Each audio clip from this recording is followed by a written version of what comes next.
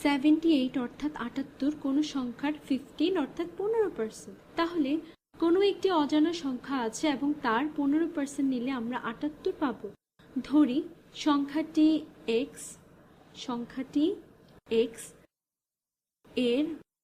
এর 15% নেই, তাহলে একে 15% দ্বারা গুণ করলে আমরা পাই 78। এখন আমাদের কেবল x এর জন্য সমাধান করতে হবে। এটি আরো সহজতর হতো যদি এটিকে দশমিকে লেখা হয়, এবং আমরা জানি যে 15% হলো প্রতি 100-তে 15 এর সমান, এবং তা হলো মূলত শতকরা, আর শত মানে হলো 100, যা হলো 0.15 এর সমান। তাহলে এটি 100 এর 15 অংশ। তাহলে আমরা পুনরায় লিখতে পারি যে এটি হলো 0.15 গুণ কোনো অজানা সংখ্যা অর্থাৎ x, যা হলো 78 এর সমান, এবং আমরা সমীকরণের উভয় পক্ষকে 0.15 দ্বারা ভাগ করতে পারি এবং x কে সমাধান করতে পারি। তাহলে বাম পক্ষকে 0.15 দ্বারা এবং আমি উভয় পক্ষকে 0.15 দ্বারা ভাগ করছি, কারণ এটি আছে x এর সামনে। তাহলে আমি কিছুকে 0.15 দ্বারা গুণ করছি এবং পরে ভাগ করছি। আমার কাছে তাহলে কেবল x আছে, এটাই মূল কাজ। এখন বাম পক্ষকে 0.15 দ্বারা ভাগ করলে ডান পক্ষকেও ভাগ করতে হবে, তাহলে এরা বাদ পড়ে যায় এবং আমি পাই x হলো 78কে 0.15 দ্বারা ভাগের ভাগফলের সমান। এখন আমাদের নির্ণয় করতে হবে তা ক্যালকুলেটরের দ্বারা একেবারে সরাসরি, কিন্তু চলো তা বের করি। তাহলে আমাদের আছে 78, একে ভাগ করতে হবে একটি দশমিক সংখ্যা দিয়ে, যা 78 থেকে বড় সংখ্যা হবে। তবে নির্ণয় করি এটি শেষ পর্যন্ত কি রূপ নেয়। চলো কিছু শূন্য বসাই এখানে। এটি কোনো পূর্ণ সংখ্যা হবে না, আমরা এটিকে 0.15 দ্বারা ভাগ করব 0.15 দ্বারা।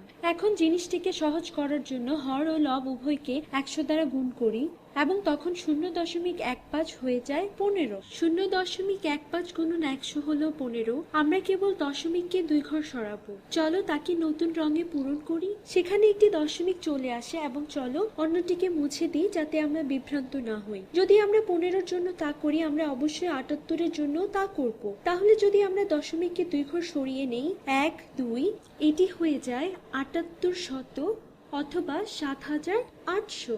তাহলে 78কে 0.15 দ্বারা ভাগ করা এবং 7800কে 15 দ্বারা ভাগ করে হর ও লবকে 100 দ্বারা গুণ করা একই কথা। চলো তাহলে বের করি এটা আসলে কি।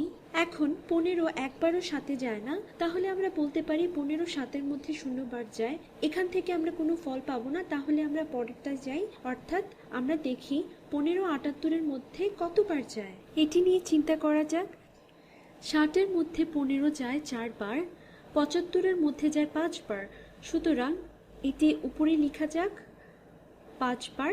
5 5 25-এর 5, এখানে 2 বসাই। 5 1 5 যোগ 2 সমান 7। এখন 78 থেকে 75 বাদ দিলে থাকে 3। এখন পাশের থেকে একটি শূন্য নিচে নামাই। এখন 30-এর মধ্যে 15 দুবার যায়, 2 বার। তাহলে 30 থেকে 30 বাদ দিলে থাকে 0, অতএব আমরা আরেকটি শূন্য নিচে নামাই। আমরা এখনো দশমিক বিন্দুর বামে আছি, আর এক ঘর বাকি, অতএব পরবর্তী শূন্য আমরা পাশের এই পরবর্তী শূন্য নামাই। শূন্যের মাঝে 15 যায় 0 বার। 0 গুণ 15 সমান 0, আমরা বিয়োগ করলে ভাগশেষ পাচ্ছি 0, অতএব 78 ভাগ 0.15 সমান 520।